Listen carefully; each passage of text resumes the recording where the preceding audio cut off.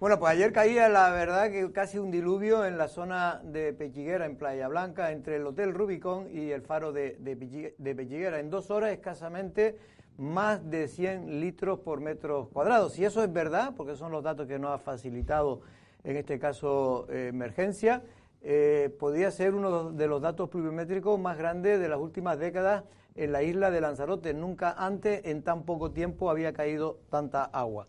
Valentín Aullané, buenas tardes, ¿cómo estamos? Buenas tardes, Jorge. Bueno, también está don Guillermo. ¿Qué tal, Jorge? Uruñuela, buenas tardes, don Guillermo, ¿cómo está usted? Nada más está Alfredo. No, es que tenía la idea, iba a decir, don Guillermo, que hoy estuvo precisamente en el lugar donde ayer pues caía esa agua. Vamos a saludar también al amigo Carlos Insa. Buenas tardes, Carlos, ¿cómo estamos? Bien, gracias. Bueno, voy a empezar por ti porque hoy estuviste precisamente allí en Pechiguera y realmente pudiste hablar con gente, con los servicios de emergencia. Se pasó una noche realmente dura, ¿eh? Bueno, pues... una tarde-noche, porque realmente fue por la tarde cuando empezó, en torno a las 7. 6, sí, estamos terminando la noticia de hoy. La verdad que la situación de hoy prácticamente no queda ni rastro del agua, simplemente barro por las aceras, barro por la calzada, pero sí que es verdad que los registros han sido históricos. De hecho, hablé con varios vecinos que llevan, algunos de ellos, más de 40 años viviendo en la zona y me comentaban que nunca en su vida habían visto caer tanta agua en tan poco tiempo. Estamos hablando que más o menos en 2 horas de lluvia se registraron 105 litros por metro cuadrado. Y generó, la verdad que ahí estamos viendo imágenes, pues mira, pudimos hablar de hecho con el dueño de esta casa, que se desplomó el muro de la perimetral, vivienda, sí. Se vino abajo y la verdad que las imágenes sobrecogedoras. Sí que es cierto que también pude hablar con Beatriz Velázquez, que es la concejal de Protección Civil de Yaiza, me comentaba que toda la lluvia se focalizó en la zona del faro Pechiguera. De hecho, en Playa Blanca llovió, pero mucho menos, es decir, es una situación también un poco extraña. Sí, por eso digo que es del Hotel Rubicón, que no sé si tú sabes dónde está, pero como a 1 kilómetro del faro de Pechiguera. Sí, fue en escasamente 2 kilómetros cuadrados, en un perímetro donde cayó todo el agua. Eso es lo que nos contaban ayer, porque ayer desde primera hora de la tarde ya nos llamaban gente, taxistas, que intentaban ir con turistas y cuando estaban cerradas ya la carretera, porque hay que reconocer que la policía municipal de Yaiza actuó con rapidez para evitar que la gente pudiera ir a una zona que fuera peligrosa, que en un momento determinado se convirtieron en peligrosas algunas de las zonas. En los vídeos, y bueno, todavía había una zona que sí que había una especie de balsa. Esto que estamos viendo, para no confundir a la gente, no tiene que ver nada con Lanzarote, esto es La Palma. La Palma, o debe ser también Gran Canaria. Gran Canaria, que también está bonita. Está cayendo la de una de las mayores también borrascas de los últimos tiempos, sobre todo por la acumulación, ¿no?, de borrascas, ¿no? Sí. Que han hecho que las presas en La Palma, sí, en Gran Canaria estén ahora, muchas de ellas, creo que hay 19 y hay 7, 8 a punto de desbordarse. Lo más llamativo de esta borrasca de Terés es precisamente lo que estaba comentando Guillermo, es decir, es capaz de instalarse encima de un punto concreto de 2 kilómetros, como decíamos ahora, cuadrados, como una borrasca maldita, descargar, parece que persigue a los... Descargar. Pasó el otro día en Santa Cruz un tiempo fenomenal, y después en el resto de la isla lloviendo. Ayer también, antetayer en Gran Canaria, en la capital, un tiempo fenomenal y también lloviendo en otros lados. Y pasó igual ayer aquí en Lanzarote con lo de Playa Blanca, ¿no? Y lo que hay que decir es que el registro de 100...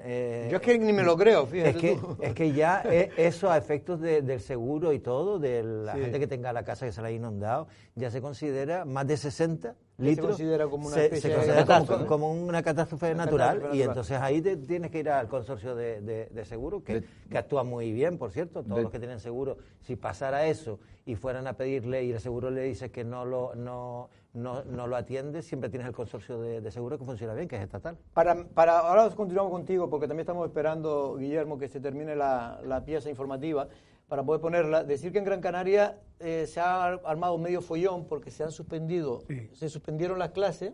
Las clases esta tarde y mañana. Se suspendieron hoy por la mañana, se suspendieron para que la gente saliera y se fueran a sus casas, pero después lo pensaron mejor, y yo siempre lo he dicho. Dijeron que a las 3 de la tarde. Dijeron a partir de las 3 porque, entre otras cosas, va a aflojar la lluvia a partir de las 3 de la tarde, pero sobre todo para no montar el pitoste que es saliendo ya todo el les mundo. Pillaron a muchos padres ya en camino de los colegios, porque primero dijeron las 12 Esto es una piragua en el barranco de tiempo de reacción. En la aldea creo que era. En la aldea.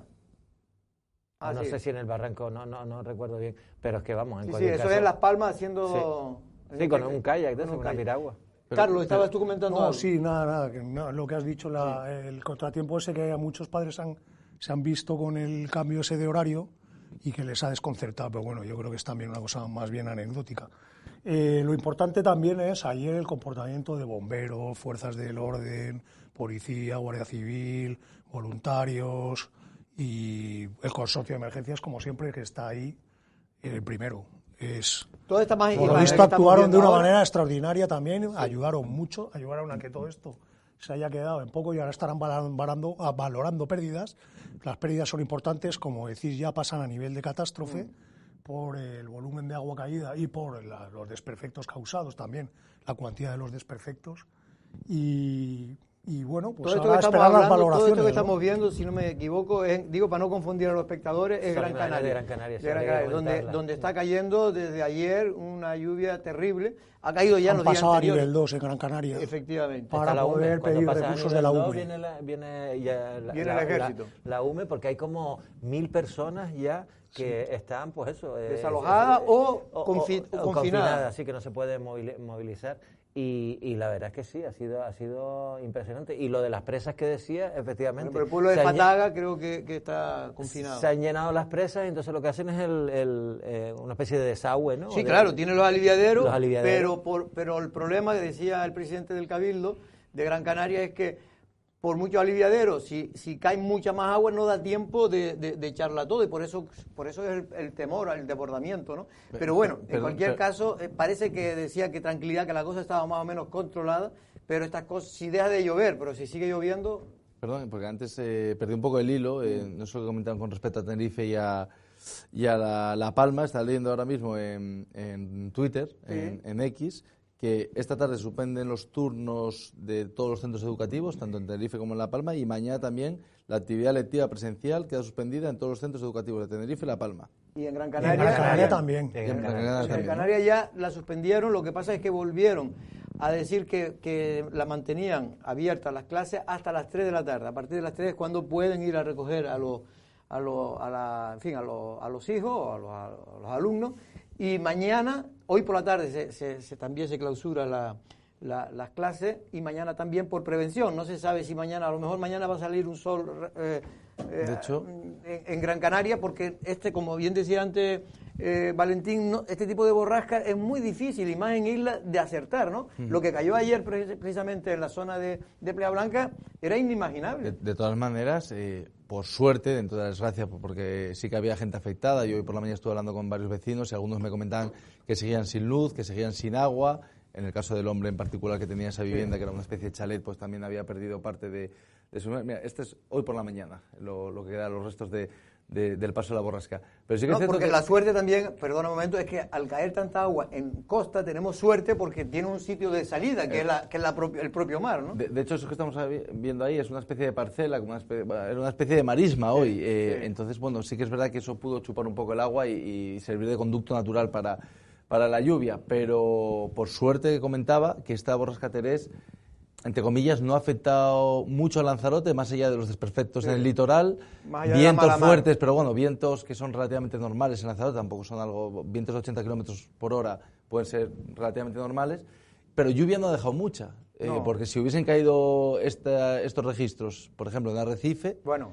Si hubiese hoy colapsado, no estaríamos haciendo el programa. No, y con los problemas hoy que aquí además... no estaríamos haciendo el programa, decir que hay 100 litros en 2 horas. Fue una nube 2 horas, una nube que se quedó ahí apalancada. Se quedó parada porque no había viento, encima es que no hay viento y es más peligroso. De todas formas sí hay daños, porque las carreteras están todas bizcochadas. Sí, están todas las carreteras, que el asfalto cada vez peor y ha sido ya mucha lluvia la que ha descargado en la isla este año y ya las carreteras están que necesitan una manita de...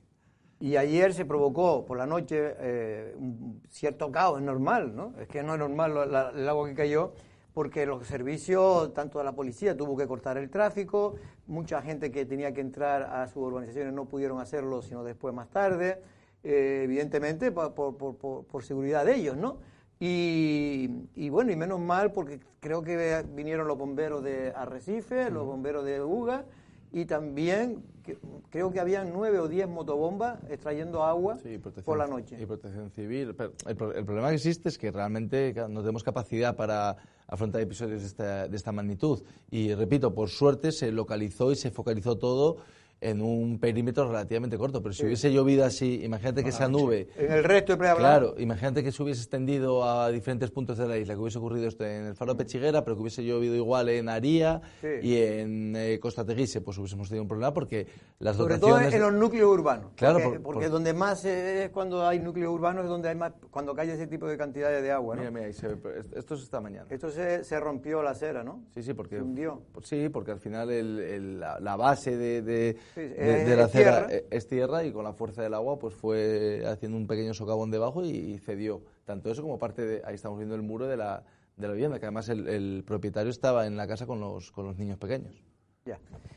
Bueno, la verdad es que a menos a mí, pero a mucha gente asusta, ¿no? Cuando ve esas cantidades de agua y ve que no para y que sigue cayendo y que no tiene forma de... Porque se inundaron y se anegaron los bajos de esas casas, ¿no? De muchas casas de esas, y también alguna almacén y garaje. Para mí lo más llamativo, lo que me resultó más llamativo esta mañana es que según llegabas a Yaiza, en la primera rotonda, para que la gente lo entienda, lo coges hacia la derecha, la avenida del Faro de Pechiguera, pues durante el primer tramo, las primeras rotondas, no había ningún tipo de indicio que indicase que había... Claro. De hecho, yo le comentaba al compañero al cámara, le decía, es que no veo nada.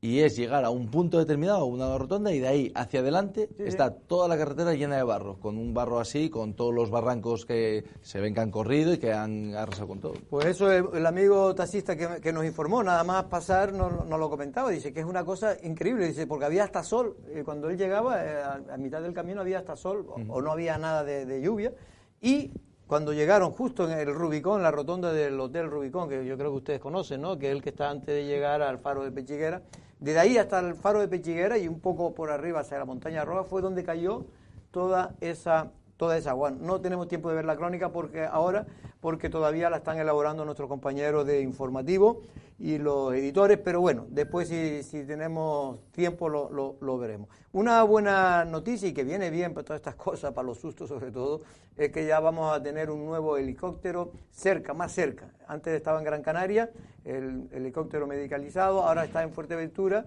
y lo ideal sería que estuvieran también en Lanzarote, pero los recursos son finitos y de momento la sanidad lo que ha hecho es ponerlo intermedio en un sitio más cercano que sirva para Gran Canaria también, porque Gran Canaria tiene 3 veces la población de Lanzarote y Fuerteventura, y también para Lanzarote que esté intermedio, es decir, se reducen en este caso las horas de espera, ¿no? De espera o del servicio, ¿no? Bien, lo que pasa es que uno lo que quiere es lo evidente, ¿no? Es decir, somos islas y no estaría de más que Lanzarote por población y por afluencia turística tuviese también su propio... Y había un compromiso, además, hay que decirlo todo, porque aquí había un compromiso del Gobierno de Canarias de poner un helicóptero esta legislatura y había un compromiso del presidente del Cabildo de comprarlo, si no, con recursos propios del Cabildo. Por lo tanto, a mí me ha sorprendido que se lo lleven a Fuerteventura y no... vale, es verdad que los recursos son los que son, pero había una un inversión de 39 millones, porque no solo el helicóptero. Es muy caro, porque hay que el personal que necesita ese helicóptero. Personal, tal. Pero, pues ahí está el tema, ¿no? Que hay una promesa y hay que cumplirla. Y hay que, pues si hay que coger dinero de otras islas, que se lo traigan para acá, ¿no? Nos lo están dando en carreteras, pues que nos lo den de otra manera, ¿no? De todas maneras, en su día también se generó mucho debate de si se iba a poner en Fuerteventura, entonces que Lanzarote se quedaba huérfana. Yo creo que a nivel práctico, creo que no hay mucha diferencia porque realmente en el helicóptero de Fuerteventura aquí en 15 minutos estás. Pero lo que no acabo de entender por un tema logístico es que si tienes que elegir una de las dos islas sería más recomendable Lanzarote. ¿Por qué? Porque si tienes que ir al Negrín, a Gran Canaria, al final, si tienes que venir a Fuerteventura, a Lanzarote, tienes que ir hacia el este para luego volver al oeste a Gran Canaria. Sería más operativo tenerlo en Lanzarote. Lo hacen porque ese helicóptero va a tener posiblemente más actuaciones en Gran Canaria, el que esté en Fuerteventura, que en las propias islas. porque la cantidad de accidentes que tienen allí... Porque está más próximo a Gran Canaria. Claro. Lo hacen por eso, para que tengan más... Hombre, a ver, desde el punto de vista que nosotros vemos aquí, pues egoísta, entre comillas, lo de egoísta, es evidente que queremos, lo lógico es que estuviera aquí en Lanzarote. Desde el punto de vista médico, de los que hacen este tipo de cálculos, pues evidentemente ellos ven lo que es mejor para el mayor número de población. Da lo mismo que sea conejero, que sea inglés. Lo importante es que donde hay mayor número de población, estar más cerca. Porque esto no he leído bien la información y no sé si estaba, porque esto no hay es... otro avión, y hay un avión medicalizado también. No es Servicio Canario de Salud, es del 112, se supone que es para emergencia, sobre todo para... No, esto es del Servicio Canario de Salud. Este es de Sanidad. Ahí tenían dos, uno en Gran Canaria. También puede tener, como comenta Valentín, también puede tener una aplicación de emergencias en un momento. Alguien que, por ejemplo, en un barco en el agua, que se está ahogando, lo que sea. Con el tema de los charcones, pues podría ser un helicóptero utilizado para emergencias. Pero para eso hay otro, ¿eh? Para eso hay sí, otro. Pero si se necesitase, se podría utilizar. Porque aquí tenemos helicópteros, ¿no? Aquí están los emergencias. Pero no son medicalizados. En Fuerteventura hay uno de emergencia también. Y no son medicalizados. No son medicalizados, son puramente de rescate. Para rescate, Este está habilitado principalmente para poder trasladar, por ejemplo, a un paciente de urgencia al Negrín. Efectivamente. Pero podría ser Tiene que tener un médico, un enfermero... y varios turnos, porque y aparte el piloto y el comandante. Por eso vale 39 millones. Por eso vale 39 millones. De hecho, eso se le contrata se subcontrata a una compañía. Vamos a oír al presidente del Cabildo, a Fernando Clavijo, hablando de la inauguración de este tercer helicóptero que va a tener Canarias y que tiene base en Fuerteventura. Vamos cumpliendo hitos y compromisos que adquirimos con la presidenta del Cabildo, con las instituciones de Fuerteventura, de dotar no solo a Canarias, sino también a las islas orientales de medios aéreos para garantizar una más rápida evacuación y una mayor eficacia en la prestación del servicio sanitario. Bueno, más allá de que insisto que el egoísmo, y también es lógico que tengamos la necesidad de tener un helicóptero, yo creo que son avances que se hacen en la sanidad canaria, que nos gustaría, evidentemente... Pues, desde luego. No, digo que a ver, cubre una necesidad que es muy importante, no la cubre de la forma que todos querríamos, pero cubre una necesidad, y la cubre en Gran Canaria, la cubre en Tenerife, la cubre en Fuerteventura y la cubre en Lanzarote. Pues bueno, un pasito más que hemos dado. Creemos que ahora lo que hay que poco a poco ir pidiendo, pidiendo el nuestro. Después, igual que dije que lo lógico también es que Lanzarote tuviese un propio helicóptero, también es verdad que Lanzarote, por ejemplo, ha crecido más que Fuerteventura en cuanto a servicios que se dan en el hospital. Es decir, hemos crecido. Mejorado y a lo mejor en Fuerteventura las necesidades de mandar a la gente directamente al Negrín, que es el hospital de referencia de Canarias, sea mayor que la que puede tener algún paciente en Lanzarote, digo, Bueno, los datos que dan desde el Servicio Canario de Salud es que ahora habían dos y había hay un avión medicalizado. En este caso ahora contamos con 3 recursos, con un recurso más, que es este helicóptero, y el avión medicalizado, que es para toda Canarias, porque a ver si lo entienden, esto no es que el avión de Tenerife, si aquí ocurriera y hubiera 2 emergencias, y tiene que venir 2, vendrían los 2 de Tenerife y de Gran Canaria, es decir, que vendrían todos, los recursos son para todas las islas, y para todos los habitantes. En media hora se puede poner tranquilamente. De hecho, se ha generado cierta polémica aquí en la isla, ¿no? Pero en el fondo es una buena noticia, se incorpora un... Es lo que yo quiero decir, que lo malo es que una buena noticia la quieran convertir en mala. Otra cosa que nosotros, como bien dice Carlos, pues podamos con el tiempo aspirar a tener también otro, porque posiblemente, yo no lo sé porque a veces hay que hacer números, ¿no? Por el número de desplazamientos, pues me imagino que habrá un ratio que te diga, mira, necesita o no lo necesita, pero Lanzarote es verdad, como dice Valentín, hemos crecido también mucho en población, hemos crecido mucho en turistas y por lo tanto también lo ideal sería que aquí estuviera también un cuarto de helicóptero. En servicios sanitarios, si mejoran los servicios sanitarios, hacer menos traslados también. Sí, gracias más cardiólogos, porque sobre todo los traslados que son a Gran Canaria son cosas de cardiología, son cosas que han disminuido ahora. Que han disminuido precisamente por eso, porque se ha mejorado la atención. Porque está la unidad de cardiología ahora, en fin. Bueno, por cierto, que hablando de temas sanitarios, hoy en el Cabildo de Lanzarote, Coalición Canaria, yo creo que medio sorprendía mucho, llevaba una moción para intentar pedirle al Servicio Canario de Salud precisamente que el hospital geriátrico del Hospital Insular de Arrecife, de Lanzarote, pueda seguir, una vez que se restaure y se mejore, vuelva la gente que que en los próximos meses van a ser desplazados al edificio anexo al Hospital General de Molina Orosa, vuelvan al Hospital Insular, a ese mismo edificio una vez restaurado. Es verdad que, no sé si han tenido oportunidad de oír el Pleno, en la misma moción dicen que siempre siguiendo las directrices del Plan Director Sanitario de Lanzarote. Y en función también de la propia disponibilidad del propio edificio, porque recordemos que hemos dicho que hay habitaciones en las que no entra una cama de las que hay actualmente, y que bueno, y que habría que hacer una reforma. Yo creo que lo que hace Coalición Canaria me parece que está bien, porque se le ha estado criticando por parte de la oposición de que esto es un desmantelamiento, que esto detrás lo que pretende es acabar con el servicio de geriatría, etcétera, etcétera, y lo que creo que han hecho es dejar claro que ellos lo que han dicho desde un primer momento es que el servicio de geriatría no va a desaparecer bajo ningún concepto, y que el hospital insular va a estar, en función de lo que diga el plan director, nuevamente operativo. ¿Que será con el servicio de geriatría? Pues fenomenal. ¿Que no puede ser por el servicio de geriatría, por las condiciones en las que está el edificio? Pues tendrá otra utilidad, que puede ser incluso hasta una residencia. Y en cambio se pondría operativo otro edificio para el servicio de geriatría, que seguiría activo, es decir, el personal, digamos todo lo que es el músculo, lo importante, porque aquí hay gente que le quiere dar importancia más al edificio que al servicio. Yo, sinceramente, como digo cosas incorrectamente... No, hacer política de una cuestión que hay que resolver. Efectivamente. O sea, es que el Hospital Insular se cae a cachos. Desde el 2019 hay un informe que dice que el Hospital Insular se cae a cachos. Y entonces tú coges y en vez de proponer medidas que puedan contribuir a mejorar, a resolver el problema, coges y lo utilizas para hacer campaña política, porque como estamos ya muy próximos a las elecciones, pues te interesa hacerlo políticamente, hacer ruido y montar follón. Este acuerdo es un acuerdo que es de sentido común. Efectivamente, o sea, lo que llevan al Cabildo y lo votan todos a favor. Mira, ¿Por qué? Porque no hay más... Bueno, menos el PSOE. El PSOE votó en contra. Menos el PSOE, claro. El problema de todo este litigio que se ha formado en torno al Hospital Insular, la verdad es que no tiene ningún sentido. Simplemente es la aplicación del sentido común.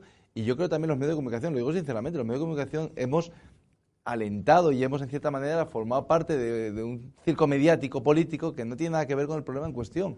¿Qué se supone que se tendría que haber hecho? ¿No hacer nada? ¿Dejar que se le caiga el techo a un anciano y que fallezca? Yo soy incorrectamente político. Pues al final se ha tomado una medida. Incorrecto. Pero se ha llevado a cabo una medida. En este caso, yo no solo es eso. Lo que pasa es que nadie no se atreve a decir, porque yo entiendo que si fuera político también diría algunas mentiras, ¿no?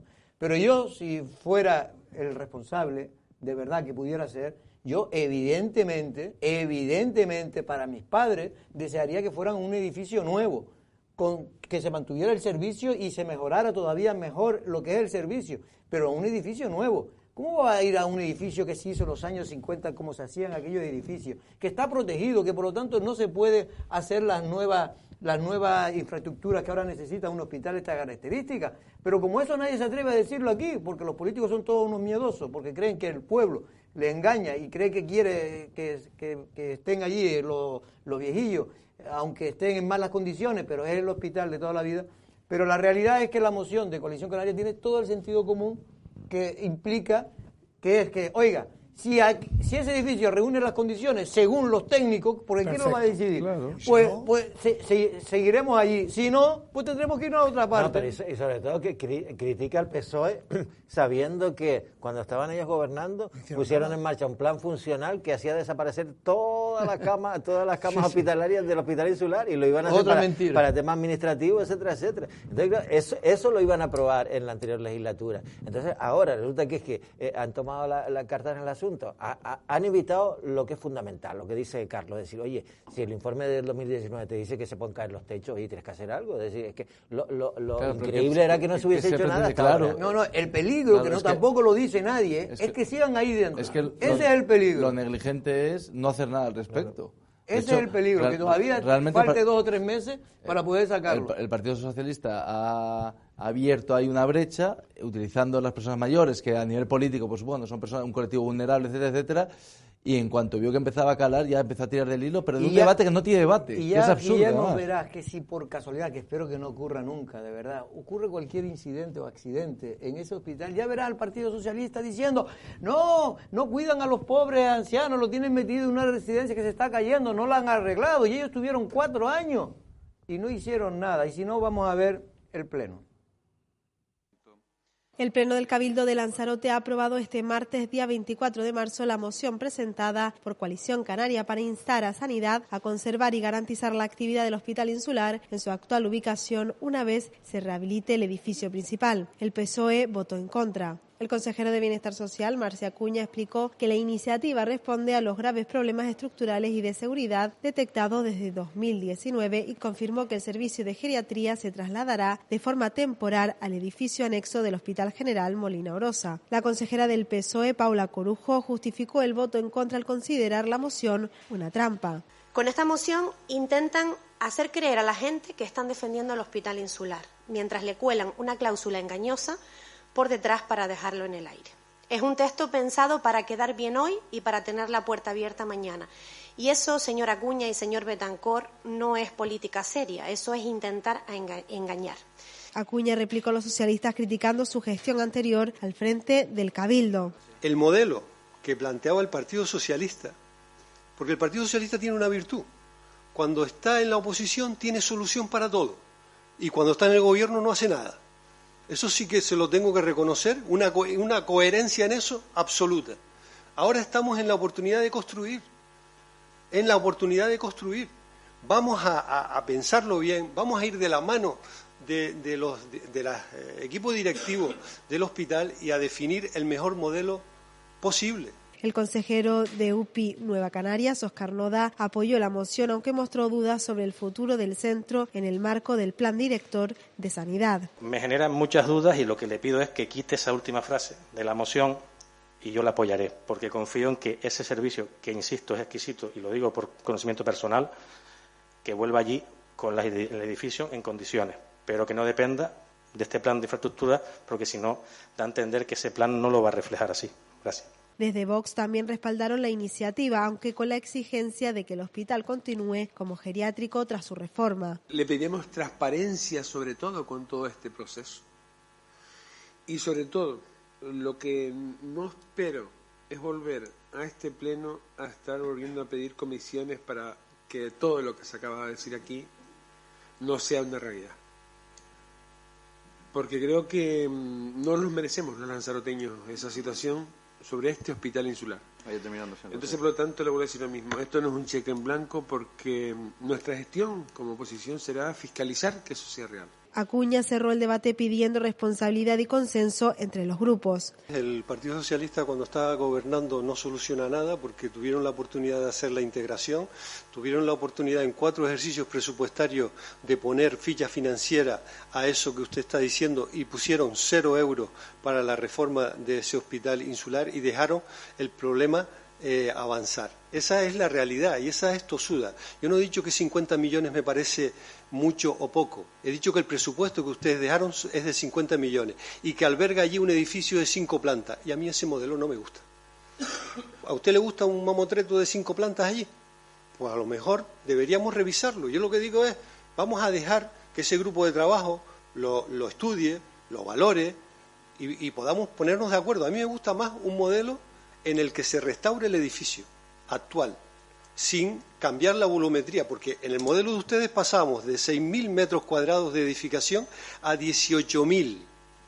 Y me parece que eso habría que darle una vuelta. El presidente del Cabildo, Osvaldo Betancor, destacó el compromiso de la corporación con la sanidad pública y con la protección de este recurso esencial para Lanzarote y La Graciosa.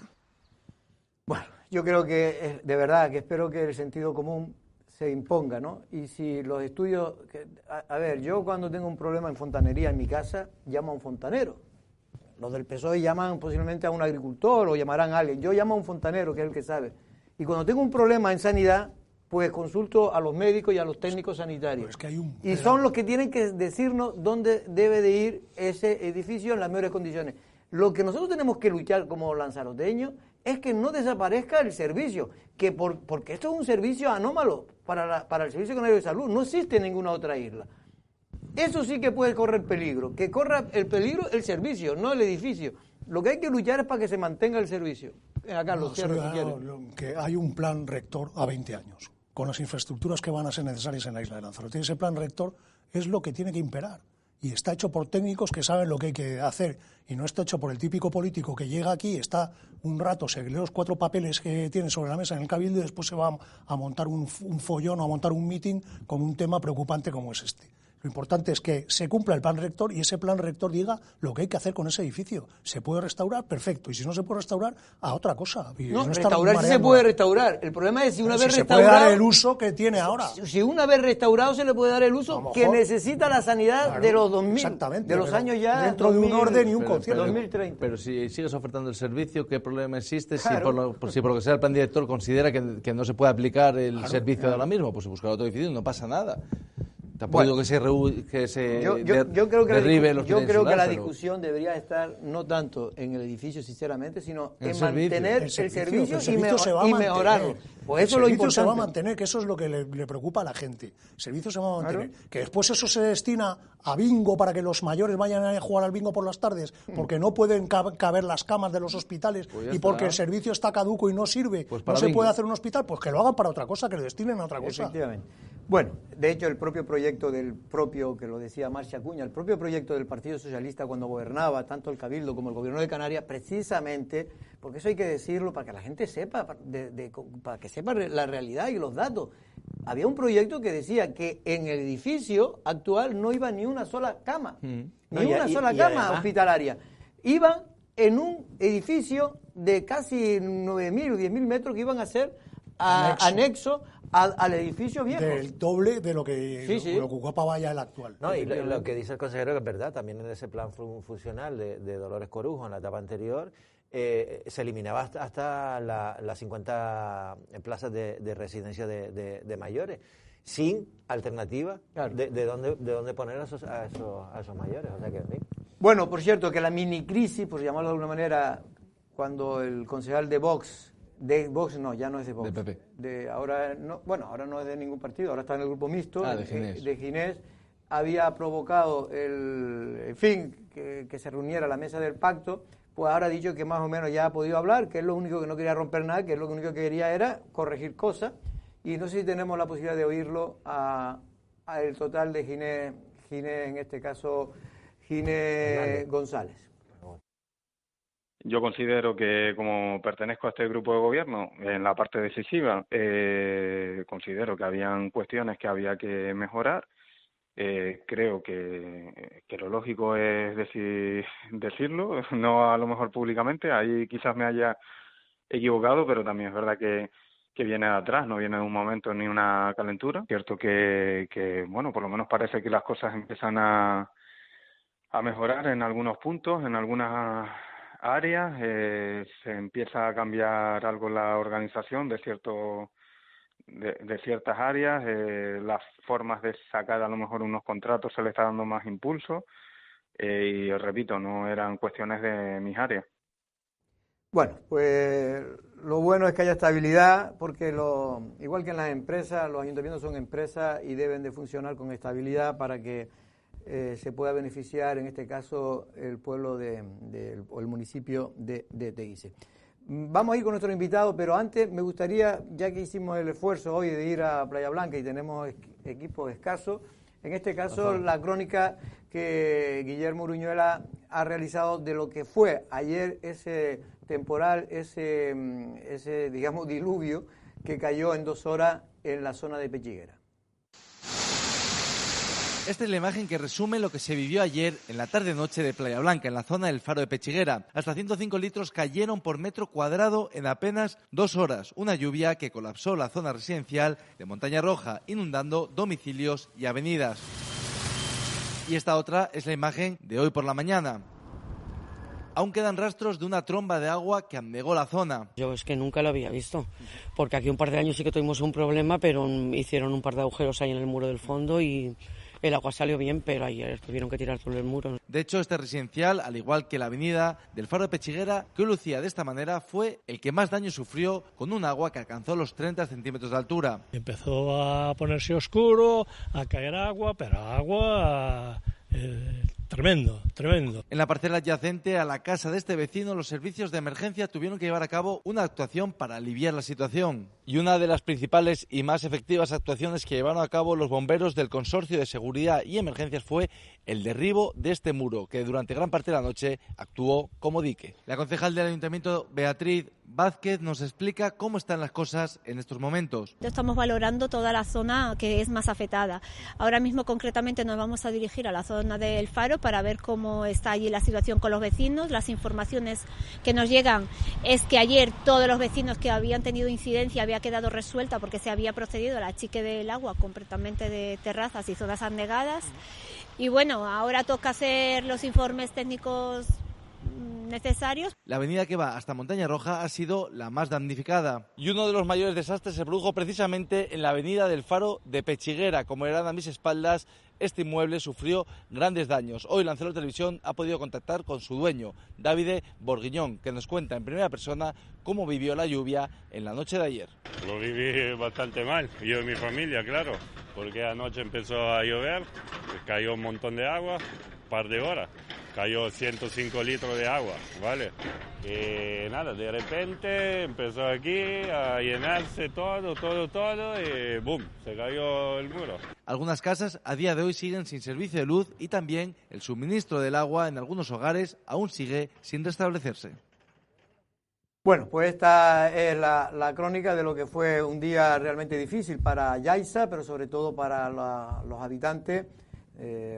Porque ahí hay turistas, también hay residentes, ¿no? Hay muchos residentes allí, ¿no? La mayor parte son residentes. De hecho, me llamó la atención porque había muchos residentes, pero extranjeros. Gente que no era nacida en Lanzarote. Mucha gente del norte me encontré ahí, no todo el mundo tiene que hablar a la cámara. Playa Blanca, posiblemente el 90% no sean de Canarias, son de fuera. Mucha gente viene a trabajar en Playa Blanca. ¿No? Sí, lo que pasa es que yo diría que el perfil del Faro de Pechiguera es algo diferente al de Playa Blanca. El de Playa Blanca creo que el perfil económico quizás sea más bajo de trabajadores y en la zona del Faro de Pechiguera se veía que era... Bueno, hay varios, hay varias zonas, hay viviendas baratas también, baratas.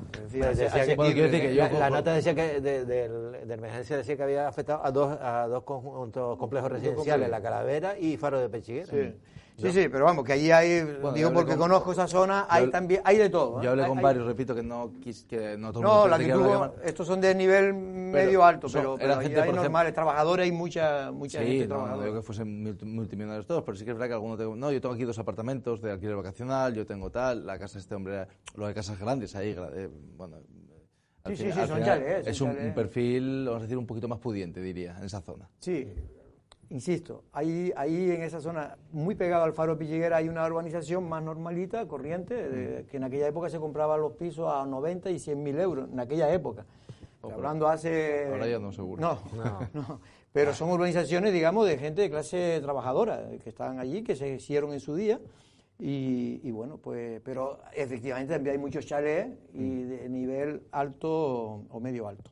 Bueno, vamos con nuestro invitado después de la publicidad.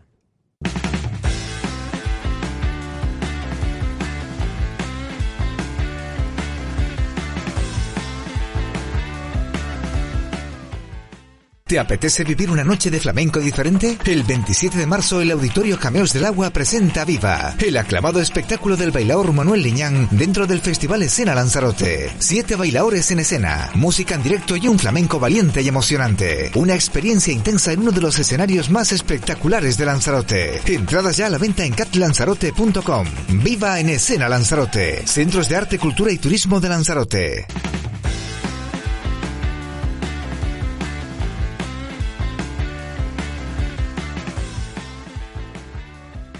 Sobre eso. Bueno, pues ya está con nosotros el invitado, Ildefonso Aguilar, artista, pintor. Buenas tardes, don Ildefonso, ¿cómo estamos? Hola, buenas tardes y muy bien. Ya le vemos, precisamente Ildefonso, que lleva pues muchos años pintando. Yo recuerdo cuando yo vine de estudiar con 22, 23 años de Barcelona, recuerdo ir a tu casa, que ya creo que la tenía en el volcán de Taíche, ¿no? Yo vivo en el volcán de Taíche, vivimos, mi familia y yo, desde hace 50 años. 50 años, sí. Ahí Ya está. vivía allá, yo recuerdo. No, digo porque ahora tiene una exposición, en este caso se llama La profundidad del silencio, que efectivamente tus obras siempre, yo desde pequeño cuando te veía, siempre tienen algo de eso. Parece que el tiempo en tus obras parece que no existe, y existe, ¿no? Bueno, en cierto modo es así, es como intemporal lo que se describe en mi obra, ¿no? Evidentemente hay una alusión sensorial a la soledad, al viento, al silencio, al poder de la fuerza telúrica de la tierra. Es decir, son esos elementos invisibles, pero que creo que sí están presentes en mi obra. Sí. Estamos viendo alguna de los cuadros, ¿no? Bueno, este cuadro concretamente es de una serie donde tomé como recurso esas estructuras abandonadas de las nasas. Yo te iba a decir que eran nasas, pero digo, voy a tener miedo con ir al fondo sí que son nasas, porque a lo mejor son... No, sí, son los restos, las estructuras de las nasas. Y eso se ve mucho, están inspiradas en La Graciosa. En La Graciosa se ven unos rincones con las nasas abandonadas, vamos, los restos, que me parecen de una belleza enorme, me parecen instalaciones contemporáneas de escultura, ¿no? En la Santa todavía se ven algunas. En la Santa, también, claro, toda la costa pesquera de la isla tiene... Sobre todo la parte norte, el norte más oeste de la isla. Es cierto. Bueno, y Alfonso, ¿y esta exposición dónde se va a hacer? ¿Cuándo? Sí, la exposición se inaugura el sábado en la Casa de la Cultura Agustín de la Hoz, a las 12 de mediodía. Es un horario que me parece interesante, siendo un fin de semana, la gente está más liberada de actividad laboral y de qué hacer, y la gente pues acude más a estos eventos de fines de semana a mediodía. Y yo lo he podido comprobar también en Tenerife. En Tenerife, en La Laguna, sitio al que voy mucho, coincidiendo con exposiciones algunos sábados, y todas las inauguran a las 12 de mediodía de los sábados. Y va un montón de gente, ¿no? Sí, porque bueno, la gente por suerte ya tiene el sábado libre para poder... y le gusta salir a echarse una cerveza, después de ver el inicio del tardeo, ¿no? Claro. Exacto, y luego lo incorporan a comer algo y el tardeo y tal. En La Laguna eso se lleva al máximo, la práctica del tardeo en La Laguna. Es un buen me plan. encanta, ¿no? Yo lo paso mucho también allí. Es un buen plan. Bueno, no sé si quieres preguntar yo quería algo. preguntarle un poco cuántos cuadros componen la la exposición es grande. Es una exposición que andaba solicitando y desde hacía tiempo, porque la considero como un final de una etapa larga. Yo cumplí 80 años hace un par de meses, unos meses. En octubre, si no me equivoco. En octubre, sí. Y quería que esta exposición fuera como un final de etapa, ¿no? No quiere decir que voy a dejar de pintar y de seguir haciendo cosas, pero como final de etapa me parecía muy significativo el aniversario, el 80 aniversario. Entonces es una exposición grande que recoge pues todas mis disciplinas, la música, el sonido, la pintura, la fotografía, el audiovisual. Es ambiciosa, pero bueno, es lo que he hecho durante toda mi vida. ¿Pero vas a hacer un audiovisual allí en la exposición? Sí, hay una... Eso le gusta mucho a la gente. Hay una sala acondicionada, muy bien acondicionada, es pequeñita, pero es para que los espectadores entran, salen, es decir, donde va a haber en bucle una selección de 5 audiovisuales, de los más significativos míos. El primero es del año 72. En blanco y negro, muy duro, que es Las montañas, el hombre y su vivienda, y luego han seguido otros, y bueno, he escalonado un poco la presentación de esos audiovisuales hasta algunos muy recientes. Sí, bueno, es que hay pintura, pues te voy a decir que preguntabas antes. Sí. Van a haber 54 cuadros. Mi madre. Son mucho, ¿eh? Caben ahí en la Casa de la Cultura. La Casa de la Cultura no es muy grande. Lo que ocurre es que dos de los cuadros son como mosaicos muy grandes. Uno es un mosaico... ¿Tipo mural? Sí, está. Ya lo he visto instalado, ha quedado muy bien. Uno es un mural de 6x2, de 12 piezas grandes, que tiene una totalidad de 6 metros por 3 de altura. y otro mosaico es de 12 piezas de 1 metro cuadrado cada una. Entonces ahí se recopila mucha cantidad de la obra. Pero obras individualizadas, como tal obra, son 35, 36. Y Alfonso, hay gente que dice que, y ahora te dejo, Carlos, que, en fin, tu obra siempre marca una línea muy parecida, en el sentido de que si tú ves tus primeros cuadros a estos últimos, se nota que son de Ildefonso. Sí, bueno, pero un poco, Jorge, eso es porque he dado con una técnica con la que me identifico plenamente, muy característica, y es una técnica muy particular, muy personal mía. Sigo utilizando el jable, ¿no? El jable, la arena. Arena, sí, utilizo arena de distintos tipos, sobre la que luego voy incorporando los pigmentos naturales de color, integrándolos en la arena, filtrándolos. ¿Son nuevos? Sí, estos cuadros están inspirados en Islandia. Islandia está muy presente. Es que yo le iba a decir que se parecía más a Islandia que a Lanzarote, pero es que Lanzarote se parece a Islandia. Claro. Hay muchas partes, ¿no? Claro, esa fue...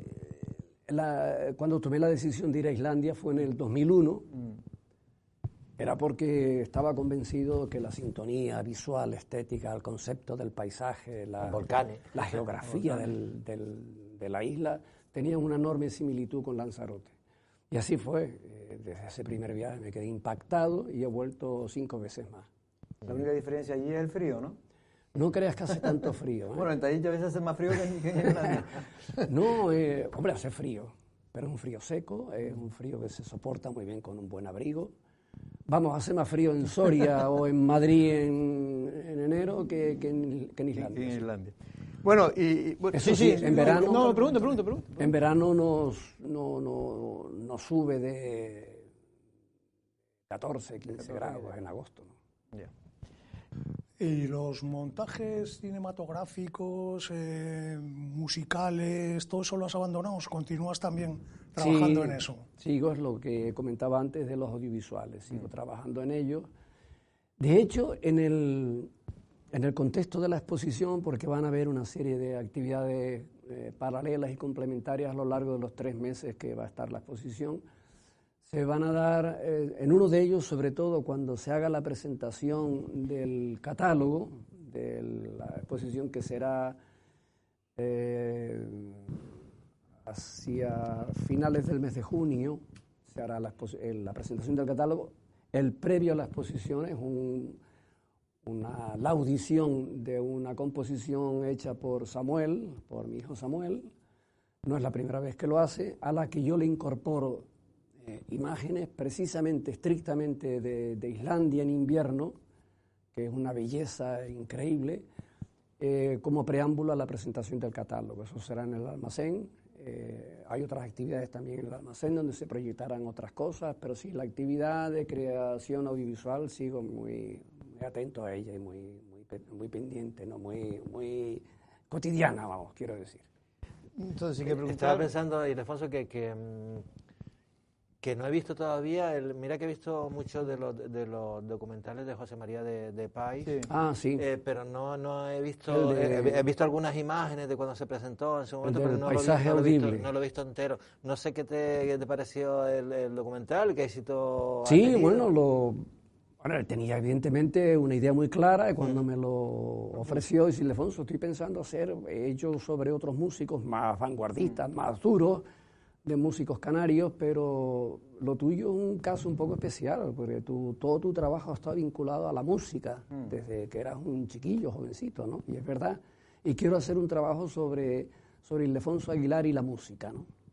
Ahí dejó de lado completamente la pintura o cualquier otra actividad. Se centró en la música y hizo un recorrido de toda mi andadura musical desde el año 61 del siglo pasado hasta hoy, que sigo trabajando mucho con la música. Y lo hizo muy bien, hizo un buen trabajo. Y es largo, un documental de 45 minutos casi. Lo ha presentado en muchos sitios. Y lo llevó a Berlín incluso, sí, me parece. Estuve con él también en Berlín cuando lo presentó allí. Y ahora en el contexto de esta exposición también se va a proyectar en el almacén. Uno de los días como previo Bueno, previo a nada, el documental con una charla, luego un coloquio de José María conmigo y esto.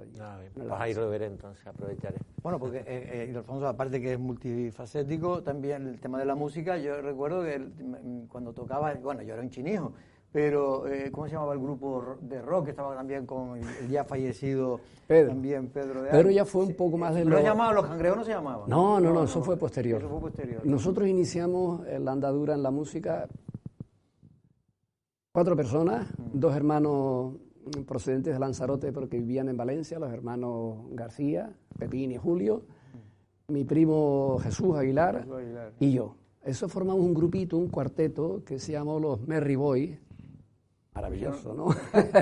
Pusieron un nombre extranjero, ¿eh? Los Merry Boys, hombre, porque era lo que vendía. Claro. Y empezamos a hacer tímidamente rock and roll, es decir, sacábamos los discos de donde nos llegaban, de Estados Unidos, muy a cuentagotas, y de ahí recuperábamos la música del rock and roll y empezamos a hacer cositas, ¿no? Actuamos en muchos sitios.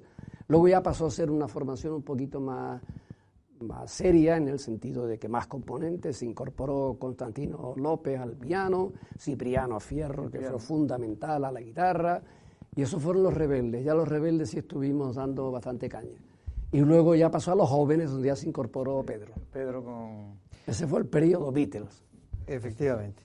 Bueno, aparte de eso, Ildefonso, me gustaría hablarte, ya aprovechar, nos quedan 10 minutitos más, hablar también de cultura en general, como la evolución. Tú también has estado comprometido, fuiste trabajador del Cabildo, durante mucho tiempo llevaste la dirección del Departamento de Cultura, que en aquel entonces, no voy a decir que ahora es mejor ni peor, porque no son comparables las cosas por los años, pero sí es verdad que fue un intento, yo creo que importante. Jorge, hicimos una actividad cultural. Porque en aquella época había muy pocos, ¿no? Muy poco, desde mediados de los 70 hasta finales de los 80, tuvimos una actividad cultural en Lanzarote brutal. De primer nivel. Que fueron admirados en cuanto a la programación desde otras islas, Tenerife, sorprendidos de que ese nivel de propuesta cultural fuera tan alta en esos años, con la precariedad económica que se tenía, en fin, con presupuestos no demasiado importantes, pero también contábamos mucho, es verdad, con la participación de la Caja Insular de Ahorros, que dedicaba unas partidas importantes a la cultura. Hicimos una programación, traíamos desde los ballets de danza contemporánea de Nueva York hasta el Marcel Marceau, el famosísimo mimo francés. Tuve la suerte de verlo. Boomington, sí, fue toda una programación de actividades totalmente desconocidas en el resto de las islas. Sí, la verdad lo digo porque, a ver, ahora hay muchas cosas culturales. Demasiado. Y una se superpone una a otra, la gente está perdida entre tanto barullo. Y que yo creo que sí que es verdad que también, por ejemplo, lo que representó el Festival de Música Audiovisual, visual, claro, que era algo, vamos, que mucha gente pensaba que era algo que era la élite de la música, ¿no? No todo el mundo la conocía ni la entendía y se celebraba. Sobre todo no la conocían, porque luego quienes se acercaban a la llamada de la convocatoria del festival, la novedad, músicas contemporáneas muy seleccionadas, el vínculo con el paisaje, en fin, muchos espectadores que luego se convirtieron en asiduos iban a ver qué historia era esa, ¿no? Y la verdad que el 90% de los que acudían por primera vez salían muy satisfechos de haber experimentado otro tipo de música, ¿no? Y otro tipo de propuestas. Sobre todo el paisaje, ¿no? Cómo combinabas la música con el paisaje. Yo recuerdo haber estado en el Volcán del Cuervo, algo que ahora ya... Sí. El Volcán del Cuervo, y eso... Te podía gustar la música más, te podía gustar la música menos. Y por el entorno, pero el sitio, el montaje, los juegos de luz. Es que se trataba de eso. Las estrellas, en fin, era una cosa. Y ahora eso no se puede hacer. Festival de música visual. Claro. El término visual. Eso se retomó por una. Hicimos retomó, 4 pero conciertos. No volvió a cuajar, ¿no? Tuvimos 4, no. Bueno, sigue hasta el año pasado, ¿no? No. Hemos querido continuar, pero. Medio Ambiente se ha negado en rotundo a que el Volcán del Cuervo se volviese a utilizar para nada. No, pero hay otros espacios, ¿no? Se puede hacer, hay canteras abandonadas. Hacer nada más allí. Se habló de Guatiza, ¿no? Se habló de Guatiza en la cantera de Guatiza, ¿no? En la cantera de Guatiza también se pensó en hacer algo así como espacio natural, así. Y claro, lo del volcán del Cuervo, es que claro, ahí hay una historia que a mí me duele mucho tener que manifestarla así, pero es lo que ocurría. Cuando nosotros propusimos hacer el primer concierto, hacía muchos años, en el volcán del Cuervo con un percusionista suizo, Pierre Fabre. Sí, yo fui a ver ese concierto. Y nos pusieron todo tipo de pegas, todo tipo de pegas. Finalmente se consiguió la autorización y previamente el Cabildo, con su equipo de operarios y de gentes de obra, restauraron íntegramente el volcán que estaba hecho un desastre. Yo recuerdo que te daban... No, pero es que estaba hecho polvo, por aquello iba todo el mundo... que las guaguas iban con turistas allí con la picareta a coger olivina. Claro. Y no pasaba nada. Y fue a partir de ahí cuando empezó a dársele valor. Y a partir de ahí es cuando empezó a considerarse, porque claro, demostramos que la organización bien hecha, con la logística necesaria, con el cuidado, a los espectadores los transportábamos en unas guaguas especialmente. Sí. Estaba perfectamente organizado. Claro, dimos una lección de ejemplaridad y de modelo a seguir y de conservación. Y a partir de ahí se pudieron hacer cuatro conciertos separados en los años, pero ya de último no nos lo permitieron, ya se acabó. También tu vinculación con los centros turísticos siempre ha sido importantísima. Muy importante, sí. De hecho, en fin, no solo has sido defensor, sino también participaste. Y en este sentido, no sé, ahora, claro, es que analizar con los ojos de antes la situación de hoy es muy complicado, ¿no? A ti me imagino que debe ser, porque no sabes bien, ¿no? No, yo sí sé bien. Sé bien, no, que no te gusta, estoy claro. No, ya no es que no me guste, pero tengo que decir pero es que un negocio, me refiero que... Claro, pero mira, Jorge, tengo que decir que el nivel de conservación de los centros es muy alto, es muy bueno y se mantiene muy, muy bien. La forma de explotación es la que tal vez yo no estoy tan de acuerdo. Y sobre todo la masificación brutal que están sufriendo los centros de arte, cultura y turismo desde hace ya muchos años, que hace que el confort de la visita, la belleza de la visita se esté perdiendo muchísimo. Entran como hormigas, por un lado recorren todo aquello, pero unas filas interminables. Entran, atraviesan. Lo que le hemos conocido, como lo conocimos ahora. Pero, Alfonso, eso es inevitable en los tiempos que corren, porque te vas a cualquier museo, tú te vas a ver el Museo de Rodin en París en pleno julio y está a reventar de gente, y eso que es un sitio que no es. Entonces, es un fenómeno global. Es global porque el turismo ya viajamos más de 1.000 millones de personas. Entonces, ese es el problema. Cuando en la época, al menos cuando yo lo visitaba, con mis amigos que venían de la península y te sentía orgulloso, estábamos 10 personas allí en toda la hora. Pero mira, ahí hay un camino que ya en muchos sitios se ha tomado desde hace tiempo y funciona, es la reserva de entrada. Sí. Poner un límite. Allí en el Jameo del Agua no pueden estar de golpe físicamente 1.000 personas, porque destruyes la visita. La Cueva de los Verdes igual, Parque Timanfaya, no te digo. Reserva, como ya están haciendo en todas partes. Bueno, se están haciendo ya en la Cueva de los Verdes. Ya le tienen reserva. En la Cueva de los Verdes ya lo han hecho. Es un dato que desconozco. Y lo hicieron como una especie para prueba piloto. Prueba piloto, pero funciona. Ya ha funcionado muy bien. Funciona, pues tienes un grupo determinado de 20 personas, esos son los que van a hacer las visitantes. Y lo que pasa es que el problema que siempre había con Jameo es con el tema de las entradas con el QR, que como no hay posibilidad de hacer nada para tener, digamos, fibra óptica ni nada, pues no funciona que la gente vaya con el QR de la entrada suya que ha comprado. Entonces tendría que llevarla físicamente, imprimirla, no sé qué, y hasta que no solucionen el problema de que en Jameos de Montaña del Fuego, tenga esa posibilidad de que tenga, digamos, una conexión de internet buena, va a ser más complicado hacerlo con reserva. Habrá que poner a hacer todo el esfuerzo posible, porque eso minimizará bastante la aglomeración de gente en los espacios.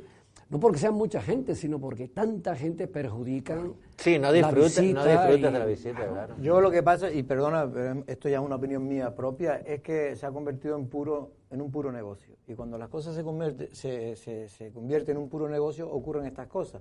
Pero también hay que decir una cosa también, Ildefonso, que es que hay que mantener una plantilla de 450 trabajadores. Y por lo tanto ya es que si hiciéramos las cosas como tú dices, que es como creo yo que se tendrían que hacer, a costa de perder dinero. Es posible, Jorge, pero... Porque es que mantener ya esa plantilla es imposible con 450 Pero trabajadores. claro, ¿qué ha generado el tener una plantilla tan grande y tan necesaria? Eso, esa pescadilla. La saturación es la pescadilla que se muerde la cola. La saturación de visitantes, claro, ahora echarlo hacia atrás es muy complicado. Es lo que me refiero, que ahora ya nadie le va a poner el cascabel al gato. Con la subida del precio de las entradas... Han hecho algo. Es una manera de restringir. Claro, y de darle valor también a lo que están viendo. Y darle valor a lo que visitan. Claro. Yo siempre he pensado que Lanzarote, la oferta turística de Lanzarote es muy barata. No está al nivel de lo que se está ofreciendo. Y sobre todo con la inflación que ha habido ya, vamos a quedar... Creo, ¿no? Cuando yo visito por ahí sitios y viajo, bueno, ya cada vez menos, pero viajo mucho y... Oye, pagas una entrada y tienes un nivel y la entrada no es baja, que digamos, normalmente bastante más alta que lo que se cobra aquí por visitar unos extraordinarios centros turísticos, ¿no? Pues chicos, subamos el nivel. Bueno, ahora se ha subido yo creo que a un precio considerable porque, la visita de los centros turísticos sabe que son 5, ¿no? Que se cobran, creo, de los 7 que hay, son 5 los que se cobran, excepto, ¿no? el museo y la Casa del Campesino. Por eso, digo que en el resto, perdón, la Montaña del Fuego cuesta ya 30 euros. Que no, hombre, puede parecerte barato o te puede parecer caro. Pero yo creo que es un precio ajustado porque la gente suele coger el bono y visitar el resto de centros turísticos. Claro. Pero si fueras único, si solo existiera la Montaña del Fuego, yo creo que podrías ponerlo a 60 euros tranquilamente. Oye, es un parque muy especial, la visita a la ruta de los volcanes tiene un costo. ¿La música sigue siendo tuya? Sí, se mantiene la misma banda sonora de la ruta, sí. Sorprendentemente, después de 40 años. Bueno, venga, la última pregunta. Alfonso, y tú porque tú eres una leyenda viva, o sea, tú aquí en Lanzarote lo has visto prácticamente todo el último siglo. ¿Qué valoración haces de la isla a día de hoy? ¿Cómo la ves? ¿Qué futuro le espera?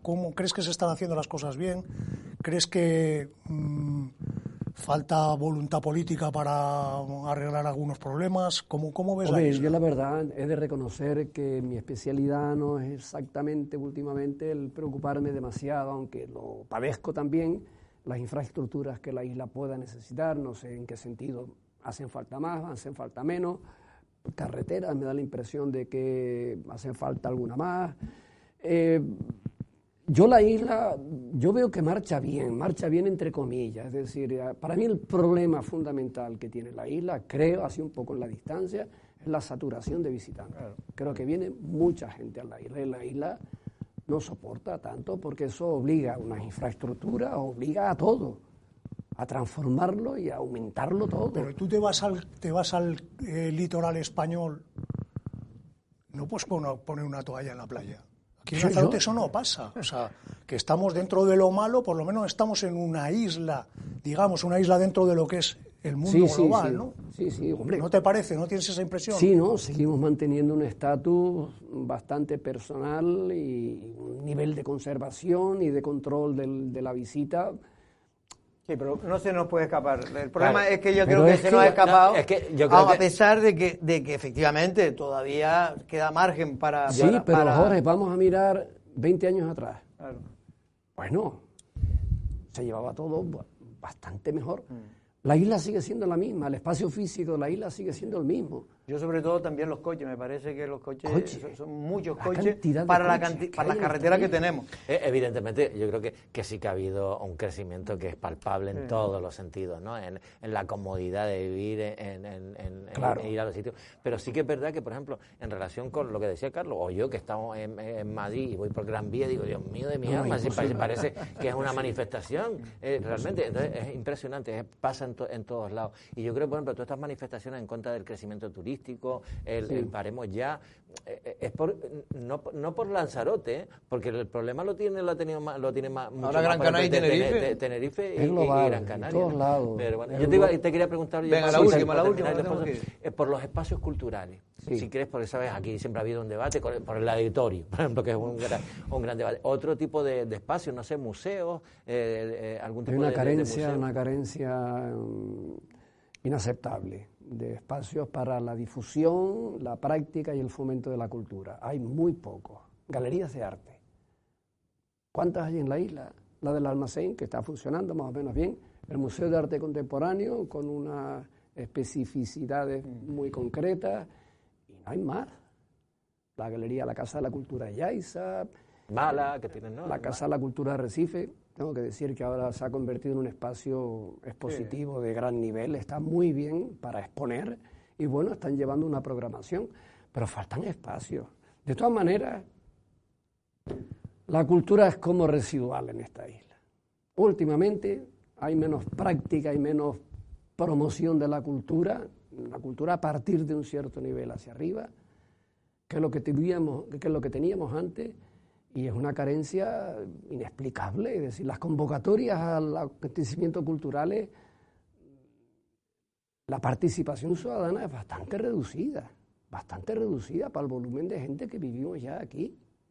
Y luego hay una cosa que antes se mencionó por encima. Lanzarote necesita un centro coordinador de la cultura, de la programación cultural de la isla. No puede ser que diferentes instituciones programen sin saber lo que hace, y entonces se solapan, se montan, y hay mucha saturación de actividades. Yo creo que hay demasiada. Si miramos la guía del ocio, que la verdad es de reconocer que lo mencionan, toda la programación que existe en la isla de todo tipo, de conferencias, de tal, de todo, aparece ahí. Es una barbaridad de actividad, y muchas de ellas montándose. Un centro de coordinación de cultura, como hay en Tenerife, como hay en Gran Canaria, como la hay ya en muchos sitios. Sí, para no evitar malgastar eso. Y no malgastar también. Y no malgastar, exacto. Y Alfonso, nos tenemos que ir, pero no sé si fue la última vez que te vi o te pregunté aquí, no sé. Ya han cambiado, porque creo que no lo han cambiado. La última vez que fui yo por el aeropuerto, la fotografía de la entrada. Eso sigue un desastre, eso sigue un desastre. Porque está a mí descolorida. Me da vergüenza, Jorge. Yo cada vez que paso por el Internacional, que es donde está esto, me siento avergonzado de cómo han dejado de caer esos murales, creo que muy... Porque tú tienes los originales. Los originales, claro, si eso no es más que encargarle un laboratorio, además en nuevas tecnologías que hay ahora. Que todavía mejorarían. Muchísimo mejor. En el Javier del Agua hay un mural grande en la Casa de los Volcanes, qué sé yo, con arena y tal, en el que hay insertas una serie de fotografías, una serie de fotografías de la isla. Les pasó lo mismo, se fueron deteriorando, se cambiaron, se pusieron ahora una tecnología nueva y están maravillosas. Pues, coño, pero tú has hablado con alguien, porque yo la última vez te pregunté, recuerdo, y me dijiste, no, a ver si hablo con el Cabildo, ¿has hablado con él? Y he hablado.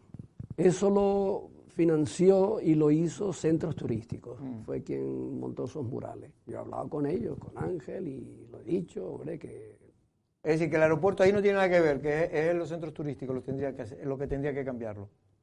No, pero el aeropuerto también es hombre, claro. la imagen de la puerta de entrada. Yo la verdad me parece una vergüenza que hayan dejado deteriorar ese mural, que creo que es muy bonito, muy atractivo, sobre todo es el primer encuentro visual, claro, que la gente, yo me fijo mucho, tiene. No tanto yo mirando, sino veo cómo la gente lo mira, ¿sabes? Que sí, me gusta ver cómo la gente lo mira y todo, ¿sabes? Los turistas, porque es un reclamo. Sobre todo los españoles les encanta verlo. Empiezan a ver cosas, y coño, pues estoy llegando al sitio adecuado, de cosas para ver, ¿no? Y las fotografías que hay a la llegada de la isla, que son fantásticas también, esos son ¿cuáles?